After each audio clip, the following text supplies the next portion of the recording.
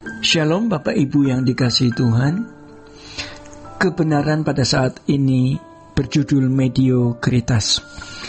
Saudara-saudara, satu hal yang harus kita mengerti dan benar-benar kita hayati dan kita terima, yang mana menjadi goresan dalam jiwa kita, bahwa menjadi anak-anak Allah itu berarti harus menjadi pribadi yang berkenan kepada Allah.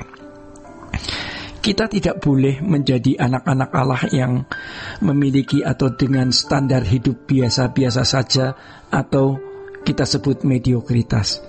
Kita harus benar-benar unggul, yaitu keunggulan di dalam kodrat, di mana setiap orang percaya harus bisa mengenakan kodrat ilahi, harus mengalami perubahan, bukan hanya dari orang jahat menjadi orang baik, atau dari orang baik menjadi sangat baik, tetapi menjadi orang yang berkodrat ilahi.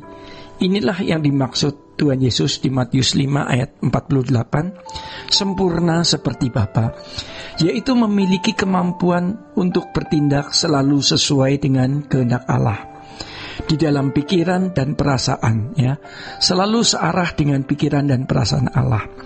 Tentu saja ini merupakan pergumulan yang sangat berat, tetapi kita tidak diberi opsi lain. Walaupun manusia boleh atau bisa memilih opsi lain, ini adalah opsi satu-satunya yang harus dipilih oleh orang percaya. Seperti yang dikatakan di dalam firman Tuhan, kamu ini buatan Allah dalam Kristus Yesus. Itulah sebabnya kita harus membuka diri untuk digarap Tuhan tiada henti sampai kita menutup mata. Ingat, kita ini bukan sekedar sebuah organisasi, melainkan organisme hidup. Artinya organisme rohani yang harus terus-menerus mengalami perubahan. Maka kita juga tidak boleh merasa puas dengan level atau tingkatan rohani yang telah kita capai. Kita harus selalu haus dan lapar akan kebenaran, selalu mempertimbangkan adanya ketidaktepatan di dalam diri kita, baik yang sudah kita lakukan maupun yang belum kita lakukan. Jadi Bapak, Ibu, dan saudara-saudara, masih menjadi potensi yang bisa membuahkan atau melahirkan ketidaktepatan, ya. Siapapun kita, jangan kita merasa sudah begitu hebat berteologi, memiliki sederetan gelar, lalu kita merasa selalu benar. Sebaliknya, kita harus selalu mempertimbangkan adanya penyesatan di dalam diri kita. Artinya, sesuatu yang tidak tepat. Dalam bahasa Yunani disebut dengan skandalon. Adanya manusia lama yang mau beraktivitas. Maka kalau kita mau hidup benar-benar bersih, kita harus selalu mengisi pikiran kita dengan Tuhan.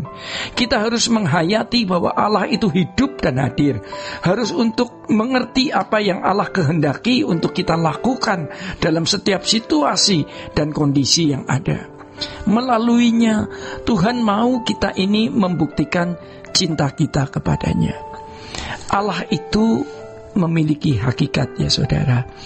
Dan dari hakikatnya diciptakan tatanan-tatanan. Tentu tatanan yang keluar dari hakikat Allah itu sendiri, seperti adil, kasih, cerdas, dan sempurna. Seperti orang memiliki kesempatan untuk membuktikan apakah ia berdiri di pihak Allah atau berdiri di pihak yang lain. Ya, seringkali kesempatan itu tidak bisa diulang. Kalau sampai diulang, pasti kualitasnya sudah berbeda dari kesempatan yang pertama. Jadi kalau Tuhan sudah mengambil kesempatan itu, maka tidak ada yang bisa memberi atau mengembalikannya. Maka dari itu, kalau kita memilih untuk mengisi pikiran kita dengan kebenaran, sejatinya itu tidak akan membuat etos kerja kita menjadi rusak atau berantakan. Itu tidak membuat kita jadi fanatik, buta, yang konyol dan bodoh. Bahkan kita akan menjadi bijaksana. Dan yang luar biasa, kita bisa takut akan Allah dengan benar. Setiap keputusan atau tindakan akan kita pertimbangkan dengan pertimbangan apakah hal ini menyenangkan hati Tuhan atau tidak. Jadi Bapak, Ibu, dan Saudara, kita bisa mengerti ya, sampai kita bisa mengerti apa artinya mendengar suara Tuhan, sehingga kita mengarahkan parabola hati kita ke Tuhan dan tidak menerima siaran yang lain. Oleh karenanya dikatakan di dalam Roma 8 ayat 28-29 bahwa Allah bekerja dalam segala sesuatu untuk mendatangkan kebaikan, dan kebaikan itu adalah serupa dengan Yesus. Tidak ada opsi lain. Bukan setengah serupa atau seperempat serupa, bukan juga 3/4 serupa.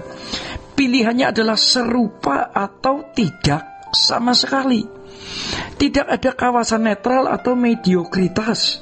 Setiap kita harus diberi kebebasan dan harus mengambil keputusan.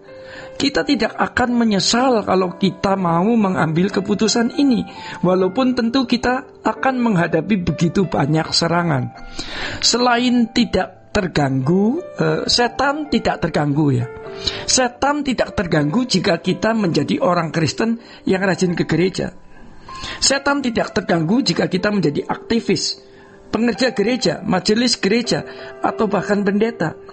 Tetapi setan terganggu kalau ada orang yang berkomitmen menjadi sempurna seperti Bapa. Ini merupakan ancaman yang sangat serius bagi oknum jahat tersebut. Batin kita merupakan lukisan yang akan dipajang, dan semua orang akan melihat keadaan lukisan batin hidup setiap kita. Dan untuk ini kita harus terus berjuang melukis batin kita agar semakin indah di mata Tuhan. Demikian kebenaran pada saat ini. Tuhan Yesus memberkati.